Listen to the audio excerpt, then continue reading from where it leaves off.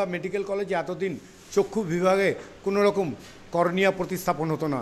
এই প্রথম মালদা মেডিকেল কলেজে চালু হলো কর্নিয়া প্রতিস্থাপন ইউনিট, যা থেকে মালদাবাসী সহ আশপাশের বিভিন্ন জেলার লোকেরা উপকৃত হবে।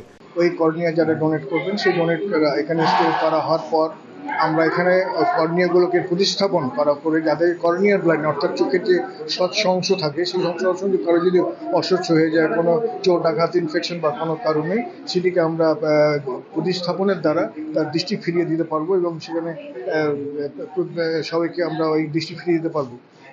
এই প্রচেষ্টা নিয়ে আমাদের এখানে উদ্যোগ নেওয়া হয়েছে। দীর্ঘদিন ধরে কয়েকটি প্রক্রিয়ার মধ্যে দিয়ে প্রশিক্ষণের মধ্যে দিয়ে এবং আমরা গেছি এবং আলটিমেটলি আমরা সব কিছু করার পর আজকেই সেই আমাদের গর্বের মুহূর্ত এটা যে অঞ্চলে আমরা একটা আই ব্যাংক খুলছি। এখানে আমরা একটা ওপিডিতে আমাদের একটা আই ব্যাংকে একটা খাতা মেনটেন করি।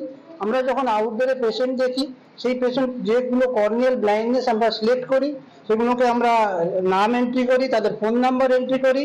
যখন আমরা চোখ পাবো, চোখ পেলাম, তাদেরকে ওভার টেলিফোন কন্ট্যাক্ট করা হবে, তারা আসবেন, ভর্তি হবেন, তারপরে আমাদের অপারেশন করা হবে। মোটামুটি 4000-এর মতো আমরা পেয়েছি গত বছর। আমাদের দরকার 12,000, 1/3 মাত্র পেয়েছি। এই ব্যাপারে আমাদের মানুষের মধ্যে একটা সচেতনতা দরকার।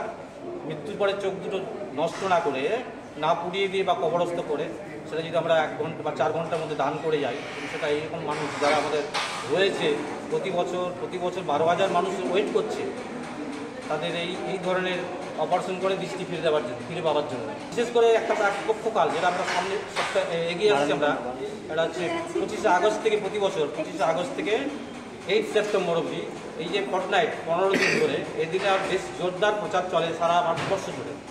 আমার শহর মালদা থেকে গৌতম চক্রবর্তী, কলকাতা টিভি।